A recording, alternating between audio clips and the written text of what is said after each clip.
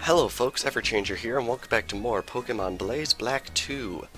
Last time we boarded the almighty Plasma Frigate for the first time, and we got some very ominous warnings as to what will be coming very soon in our future if we do not stop Team Plasma.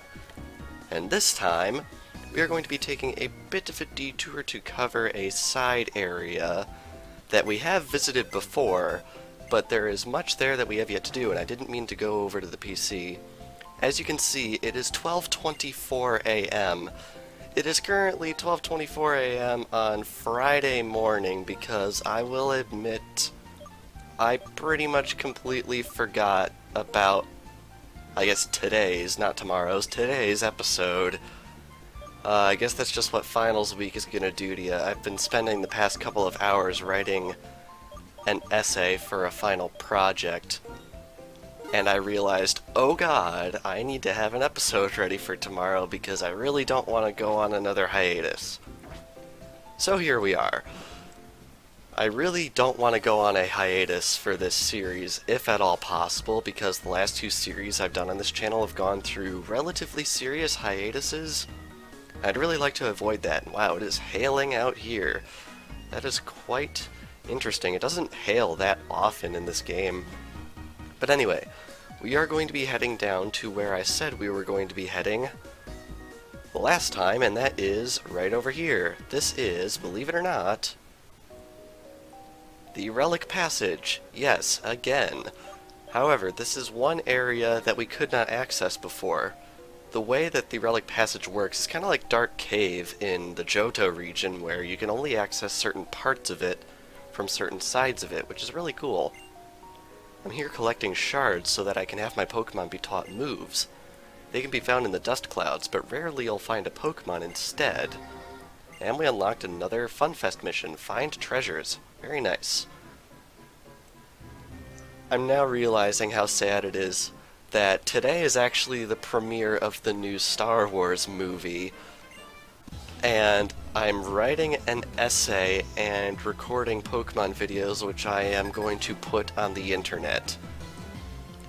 Oh, feel free to judge me, everybody. I'm pretty sure I deserve it. Anyway, as you can see, the levels here are quite a bit higher than they were in the first half of this dungeon, and that's because you can only access this part of the dungeon from the Driftvale side, which means they really don't have to worry about opponent levels, which is very good. Mandibuzz gets level 42, very much appreciated. Ooh, we have a Pupitar coming out. I wonder if we're going to see a Tyranitar. I doubt we would this early in the game. Anyway, we're just going to keep spamming Water Pulse. And while we're going through here, we're probably going to be catching quite a few Pokemon. Just a warning, if anyone is playing along, I'm not sure if anyone is, but if anyone is, I highly recommend you bring a lot of Pokeballs down here. Because there is not a legendary Pokemon down here, but there is a special Pokemon down here that you can only get in this area, and there is only one of it. And if you happen to accidentally knock it out, you're not going to get another chance to get it for quite a while, so I very much recommend coming down here prepared. Alrighty.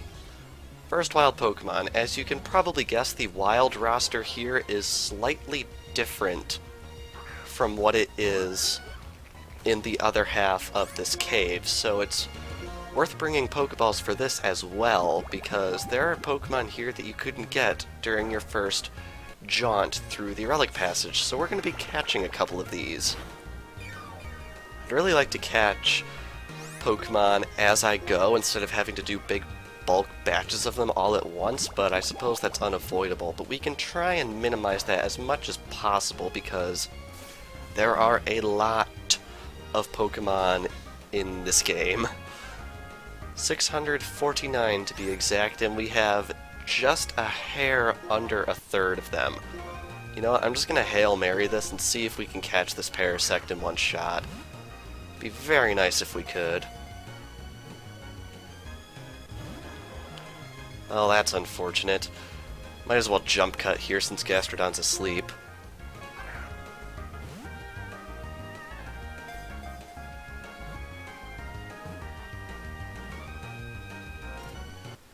There we go, Parasect was caught. Very nice. Wasn't too terribly painful, although Gastrodon did take quite a bit of time to wake up. A mushroom grown larger than the host's body controls Parasect. It scatters poisonous spores. Yeah, this Pokemon is basically a zombie, which is a little bit creepy. There are a lot of really creepy Pokedex entries in these games. Alrighty. Looks like we have a use for Strength over here. We have Strength, right? Oh goodness, I actually don't remember if we have Strength. That's kind of sad. Alright, Boldore is yet another Pokemon we don't have, and I don't really have any qualms about using Water Pulse on this thing, because I'm pretty sure it is guaranteed to have Sturdy. So this should knock it right down to 1 HP, which is super helpful. Yeah, there we go. Probably the one time I'm gonna be all like, thank God the opponent has Sturdy. But I guess them's the ropes. Might as well use a Pokeball since it's so low on health. Don't want to waste those Great Balls because we're going to be fighting something decently powerful at the bottom of this cave. And good, the game didn't make a liar out of me, we caught it in one shot. Even more data for our trusty Pokedex. When it is healthy, its core sticks out. Ugh. Always facing the same way, it swiftly moves front to back and left to right. Very good.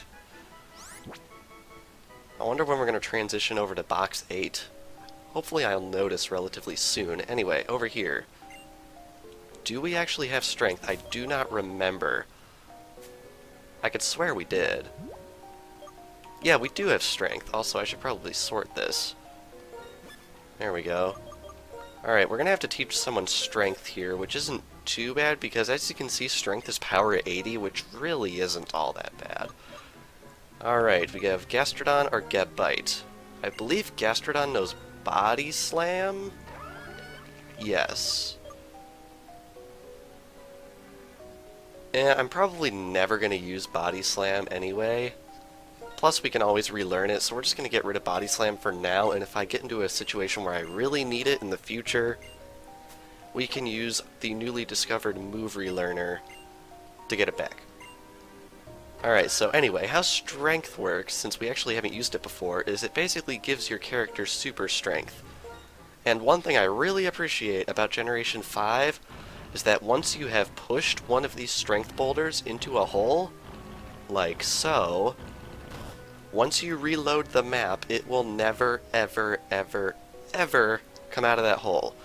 So once you have pushed every single strength boulder into the ground, you do not need strength anymore. Which is awesome, and they should totally, totally keep this a thing going forward. They sort of did it with Fly in Generation 6 in the remakes, where you could use the what is it, the Eon Flute? I think it's the Eon Flute, to fly without the use of the HM for Fly. Had a bit of a brain fart there. I really like how they seem to be trying to move away from requiring Fly to navigate the world and other HMs, and I'd really appreciate it going forward if eventually you didn't need these HM moves, because as you can see, all they really do is weigh you down and use up a move slot.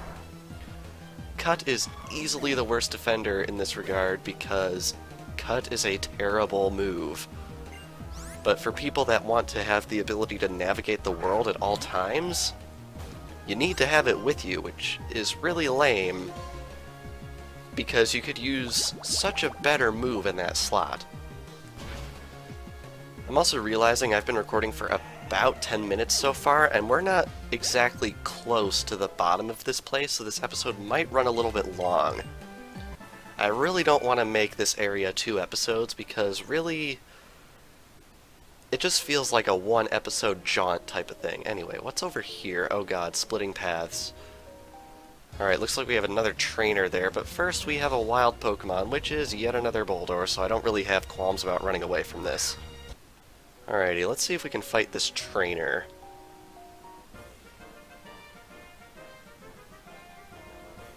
First, one big last gulp. Hold your breath.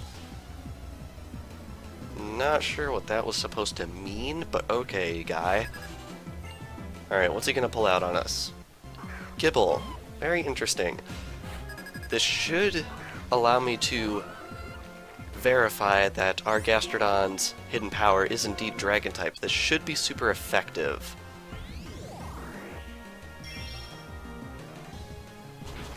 And it is. I have to wonder, though, if we're actually going to get a better Dragon-type move for Gastrodon later in the game. I don't actually know if Gastrodon learns any.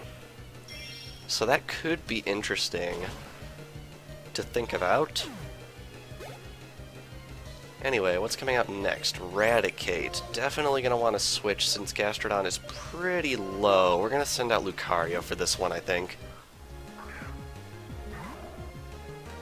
Just to clean up the mess, as it were. And Force Palm. Very good. And up next is Gabite. Gonna keep in Lucario just because I really think we need to get this show on the road. And we're gonna Dragon Pulse this thing into the next decade. Which honestly isn't too far away at this point. I mean, in exactly 2 weeks from now, pretty much, it is going to be the year 2016. That's crazy. I remember when this game came out in 2012. Anyway, onward over here we have... Oh, wow, TM10 Hidden Power, so... maybe if we want to, we could check our other Pokemon and see if they have a optimal hidden power type. And it looks like we have yet another Pokemon we do not have. Here we have Girder, which is the evolved form of Timber, and it honestly probably has the most creative name, bar none, in the entire franchise. That's a joke, by the way, in case you didn't know. It's late. I've been writing an essay. I'm not seeing Star Wars. Help me. Alright, we actually got a Confusion off, which could have been helpful, but wasn't. Alright, gonna bring out our next Pokemon, and hopefully we can catch Girder in one shot. Now, Girder's kind of an awkward Pokemon for me because it's a Pokemon that I've always wanted to use in a playthrough of a Pokemon game, but you need to trade it to evolve it. And when all your friends are away at college and you have nobody to trade with, that can get a little bit annoying. Especially when the only friend you have that would conceivably trade with you has a 3DS that is currently in more than one piece. And then also there's the fact that Wi-Fi connection is down, so Generation 5's kind of shafted in that regard. Anyway, can we please just catch this thing? It can't be that hard. Jump cut.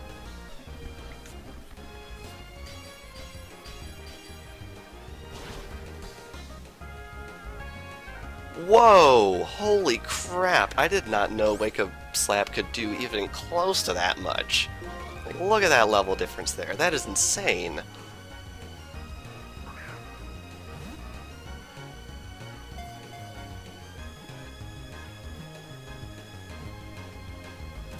And we actually caught it on that throw, which is very nice.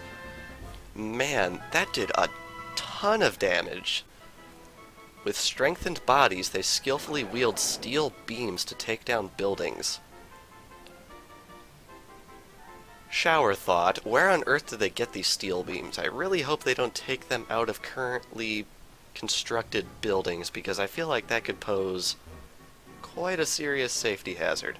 Anyway, progressing through here, this is, I believe, a special central room of this area, and I'm realizing we don't have Surf yet, I don't think, which means we might have to come back to this area and explore further.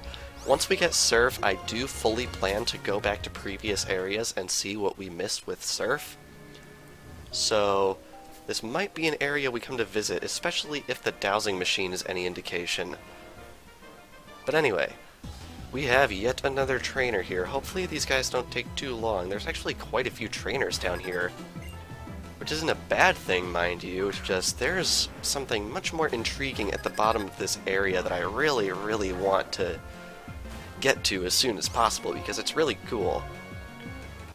Anyway, I'm going to be abusing Lucario's Aura Sphere here, and I'm realizing that Gastrodon does have the Amulet coin equipped, but judging by how many dozens of times I fought Norman a few videos ago, I really don't think we're going to have to worry about finances in this LP for quite a while, which I am happy about. Also, I have to wonder, does Lucario ever get a Psychic-type move? I'm going to have to look into that. I feel like that could be really good coverage for Lucario, even though Psychic is usually used against fighting, which it is weak against, so I'm not sure how useful that would actually be.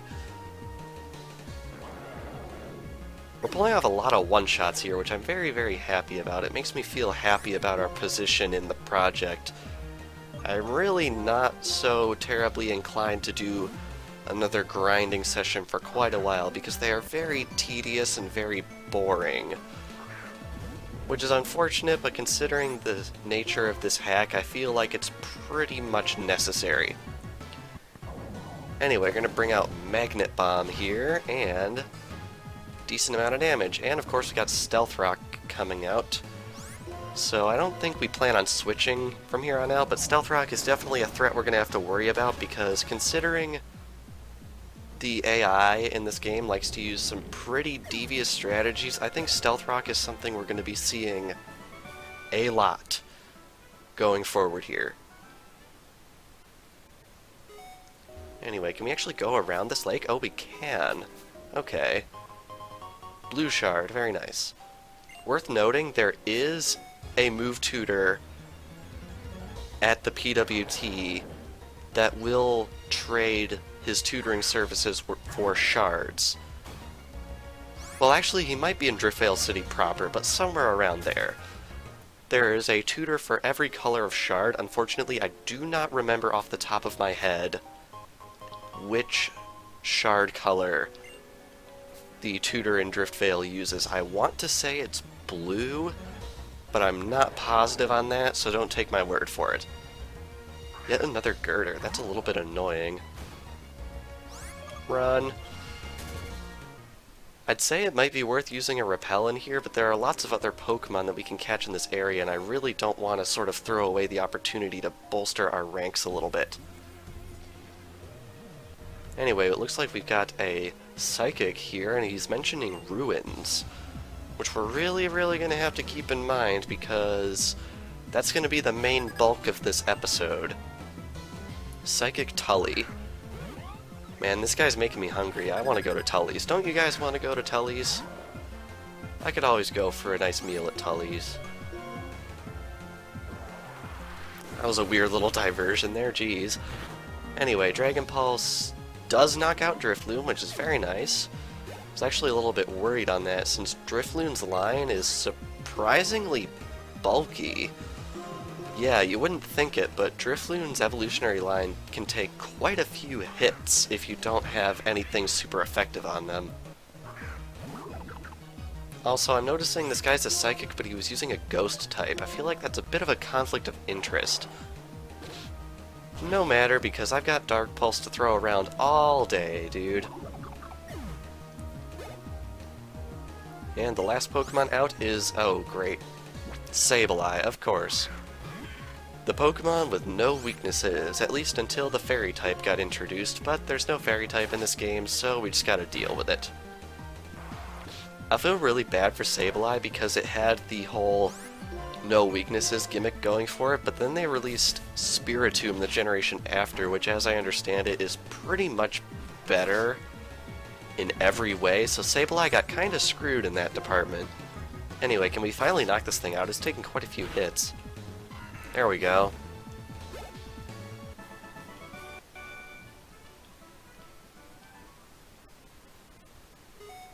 Alrighty. Now, is there anything up there? There's a Strength Boulder. Aha, here's something new. I was afraid we weren't actually going to see anything new. This is Graveler. As pretty much everyone in the Pokemon series knows by this point, this thing is the evolved form of Geodude, which I'm pretty sure we already have. Anyway, let's see if we can catch it. Unfortunately, the outlook is not looking good, so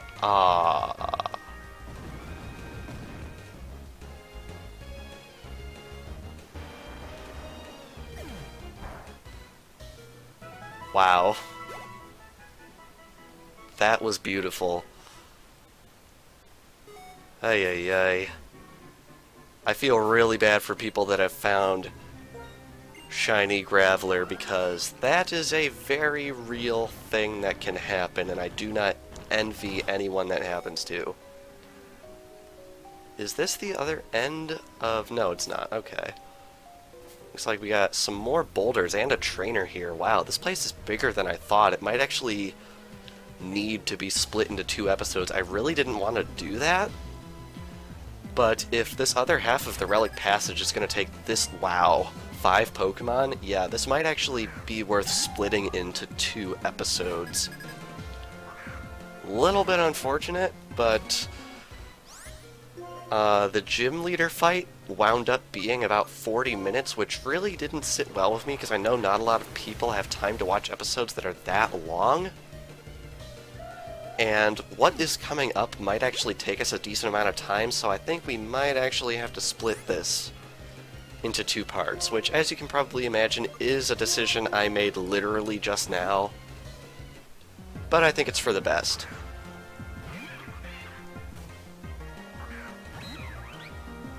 I'm surprised it actually took us this long to find an AI with 5 Pokemon. I'm not sure if that has happened before outside of gym battles.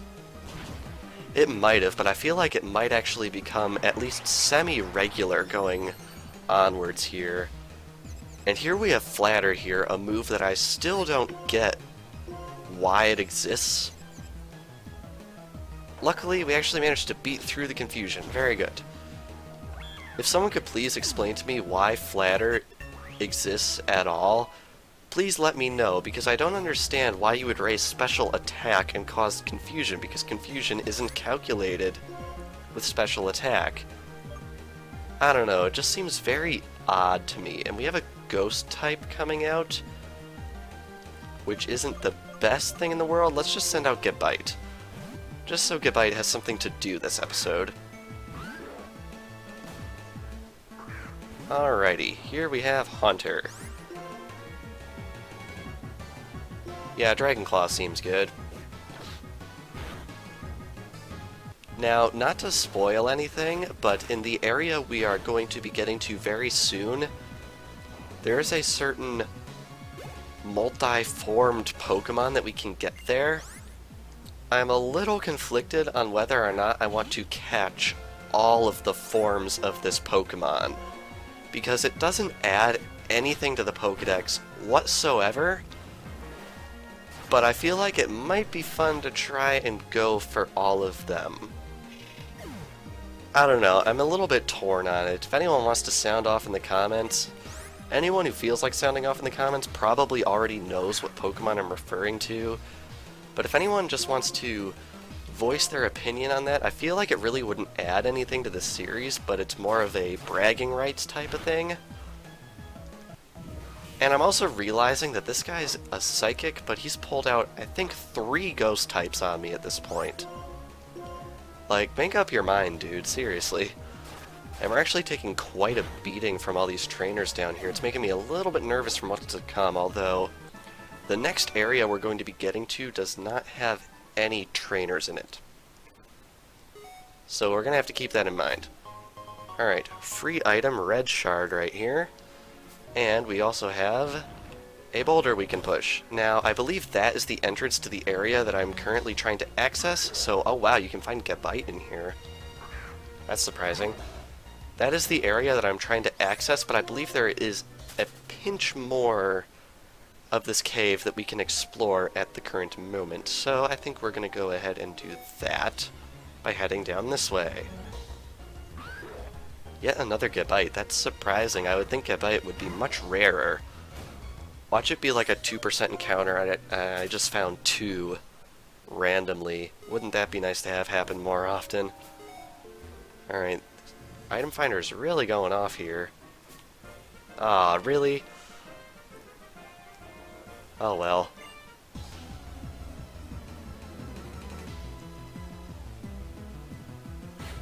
Okay, good. They only have 2. I was a bit nervous this would be another 5 Pokemon fight. And wow, they're actually pulling out Monferno on us, which is pretty cool.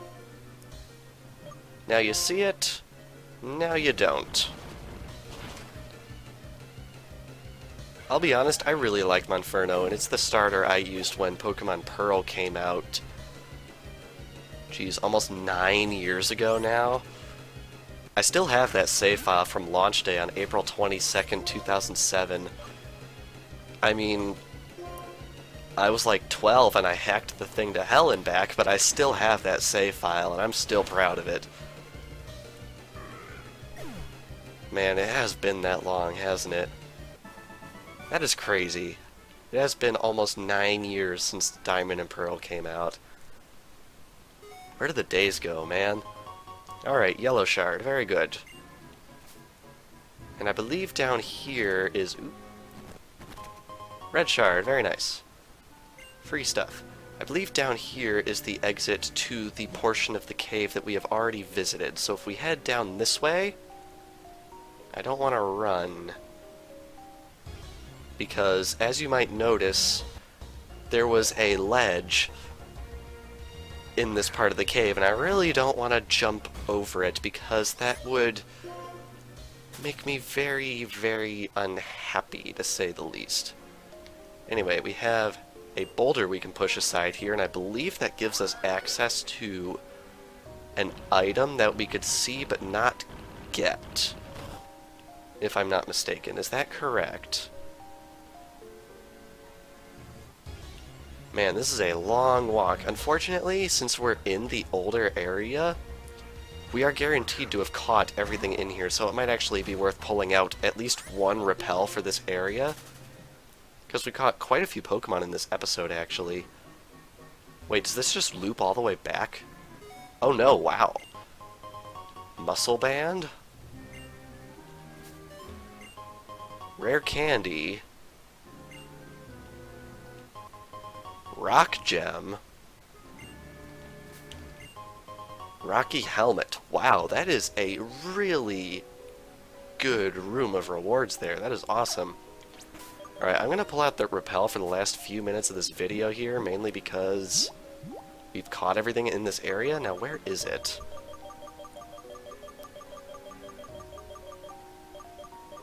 Wait, where actually is it? There it is. I mean, we only have the one, but I think that should set us for at least this room. So let's head right on back down here. And as you might imagine, these ledges will all lead back to... Oh wow, seriously? Oh, the completionist in me really wants to get that, so... Ouch. For real, I just used a max repel. Seriously? Screw you, game.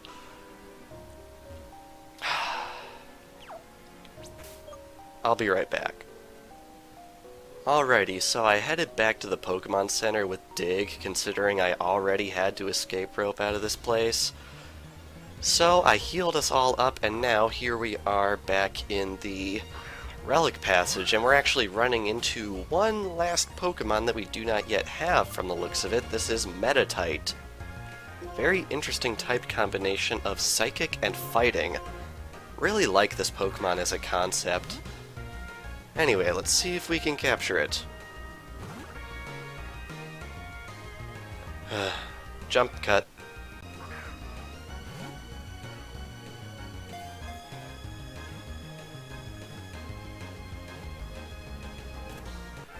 David, did you seriously get paralyzed during that fight? Yes. Yes. It always trains deep in the mountains. It levitates when it heightens its spiritual power through meditation. Very nice. Also, it paralyzed me, and I'm not too pleased about that. Anyway, where does this go? We never actually went through here, did we? Oh wait, no, yeah we did. Derp. I was thinking of something else. Anyway, right over here should be the entrance to that area. Yep, here it is. Head right on through here, and you will find the Relic Castle. Believe it or not, this is the lowest sanctum of the Relic Castle. Normally, this could be accessed through the Desert Resort, but in the intervening years between the previous game and this one, the years have not been kind, and the sand filled in, which means this is the only way to access the lower floors. However, contrary to what I planned at the start of this episode, we are going to be saving exploration of this area until next time, because as you can see, I've been recording for almost 40 minutes, and even accounting for the cuts, I'm pretty sure this episode is going to be over a half an hour by this point. So I think, without further ado, we are going to be ending things off here now that we have explored the other half of the Relic Passage, and next time on Pokemon Blaze Black 2, we are going to be proceeding into the Relic Castle and exploring yet another other half of an area we have explored before. So without further ado, thank you all for watching, and I will see you guys next time.